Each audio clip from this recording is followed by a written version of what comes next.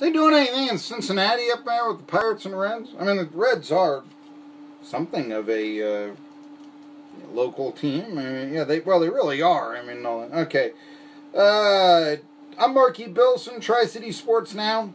I want to remind you, tomorrow, Ron Neckeye, the legendary pitcher who struck out 27 batters in an Appalachian League game 67 years ago for the Bristol Twins, now Bristol Pirates.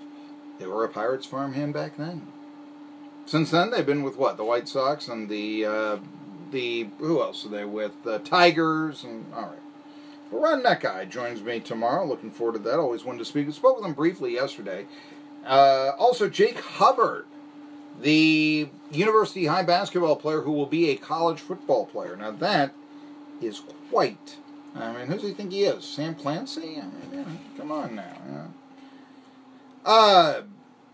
These guys don't want to be there and don't care. Who said that? What's he talking about? R.J. Hampton. Remember I talked about him in the first hour? He's the basketball player that could have gone to Texas Tech or Memphis or Kansas. Instead, New Zealand. He'll play professionally at the age of 18. Pay me money, not knowledge.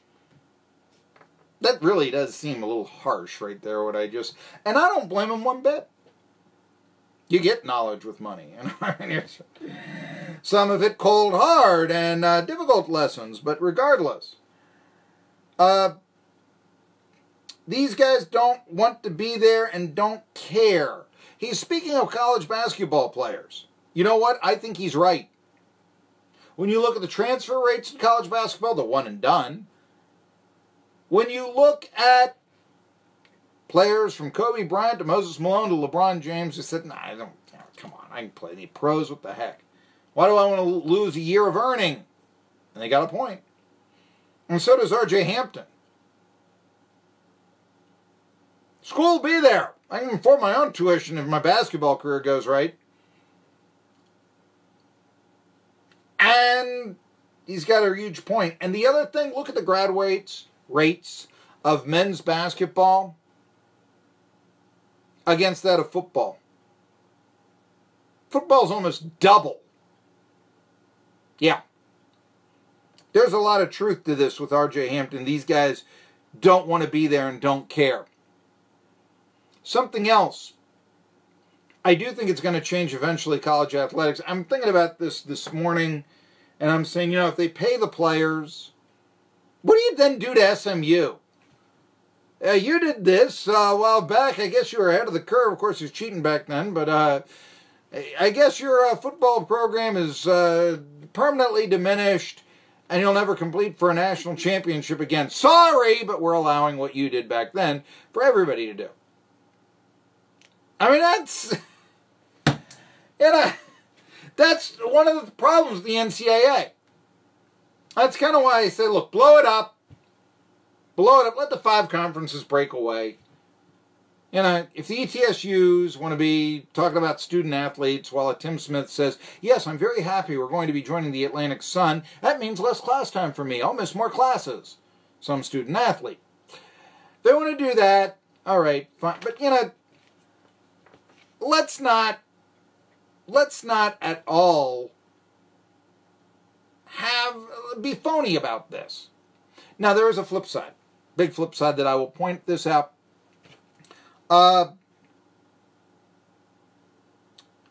do think, you know, it is a college, and maybe the college shouldn't be just having a minor league football team, so to speak.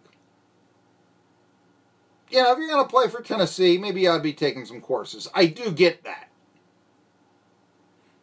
I also get maybe the colleges shouldn't be in the business of developing athletes for the pros. Of course, that's the problem. We're getting to this point, if we're not there already, where, you know, it's just, wait a minute, this is totally, this is what we're doing here. And although, yes, I mean, college educations are expensive. So I would argue, yeah, you're paid well. Still, though, if you had said to me, Marky, at the age of 18, would you like to go to work for a radio station and host your own sports talk show? Or would you have liked to have gone to school? I would have taken, no question about it, the radio station.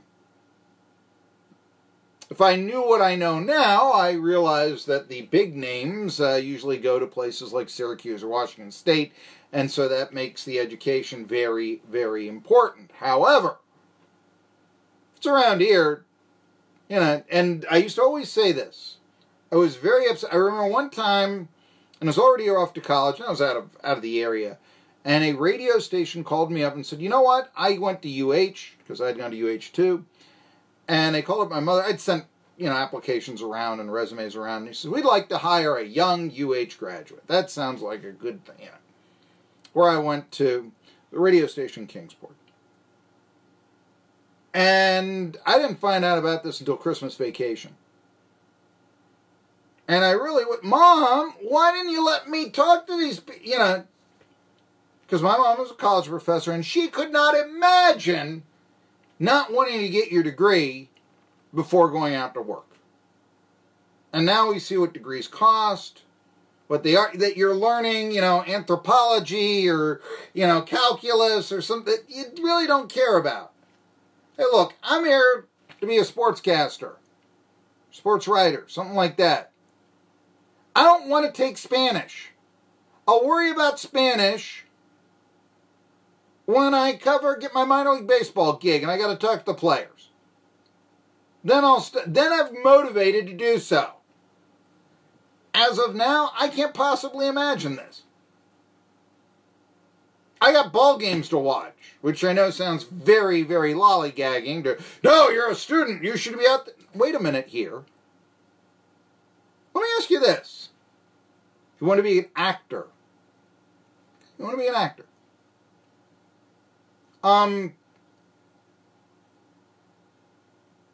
don't you think you ought to be reading Shakespeare or scripts instead of studying calculus? I mean, or chemistry or something like that. I do not wish to be a chemist. Thank you. No, it doesn't interest me. I'm sorry. No.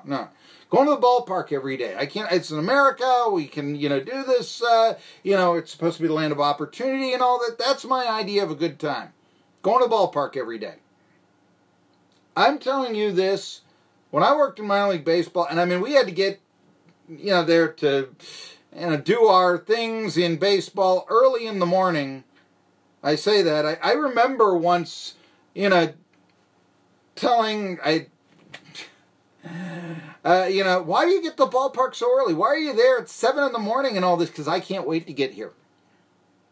It literally was that. There you have it. So these guys don't want to be there. And the NCAA, by the way, is also starting to say, look, if you want to earn money, yeah, go do it. And there's some people that say college basketball won't suffer. Here's what will happen with college basketball. I think it's going to see a rise in the mid-major. I mean, we're seeing that. Southern Conference becoming more competitive, for instance. You know, Butler playing for national championships, et cetera, et cetera. We're seeing the mid-major become more competitive because the big star is gone. Zion Williamson may have been college basketball's first star since Steph Curry, and it's debatable that he was a star, and I think the reason why people know about him, his shoe blew up. He didn't win a national title. He was supposed to. Yeah. And so I just am of the opinion here that, you know, what R.J. Hampton says is right. Go to New Zealand and play. In fact, that $125K a year that the G League is going to be putting out, that's going to look really, really good. Think about this. You're 18. I've got for you a $125,000 a year job doing what you love. You're really going to say, no, I want to satisfy my Aunt Matilda's desire that I get an engineering degree and go to wherever? And go to Lehigh or something? I mean, no! Not going to happen! So, as I mentioned, I mean, this is the wave of the future, and I just don't know what it's going to mean for college athletics. I think it will mean that maybe it will have more of the student athlete, especially in basketball. Or maybe the NCAA will try to compete and become professional. Or maybe the conferences, the big ones, will break off. And yeah, the NCAA tournament will suffer, but people will live. Yeah. It's a gambler's event anyway, so, you know, that's... of course, then again, most sports now, with the legalized sports gambling, will become, Marky, Billson here, Tri-Cities Sports Now. So that's what's going on I just saw that quote come off the wire, and I said, you know what? The man is right. By the way, that's not the only basketball news. This is about a day old. Brandon Johnson has transferred to Virginia Tech from Alabama State as a grad transfer. The 6'8" forward will sit on the bench next year. If they think that this in any way, shape, or form is going to replace Kerry Blackshear, they are sadly mistaken. At that noted basketball power Alabama State, Johnson, the incoming grad transfer, 6'8" forward to Virginia Tech, he averaged playing mid-major basketball last year, 4.3 points a game. Now, I don't think he's going to take the place of Kerry Blackshear. Blackshear goes to the NBA or Kentucky, which is the safe bet right now. Speaking of betting, I'm Marky Billson. It is Tri-Cities Sports Now. Let's see here. When we come back, I've got some stuff to talk about with baseball. There could be a rules change. There's some more modern-day athlete stuff. Should I talk about the Steelers a little bit more? I don't know. No. Yeah, because they're on the news again. They're actually trending on Twitter. I've got a lot of stuff going on around here. It's Tri-Cities Sports Now, and I'm Marky Billson.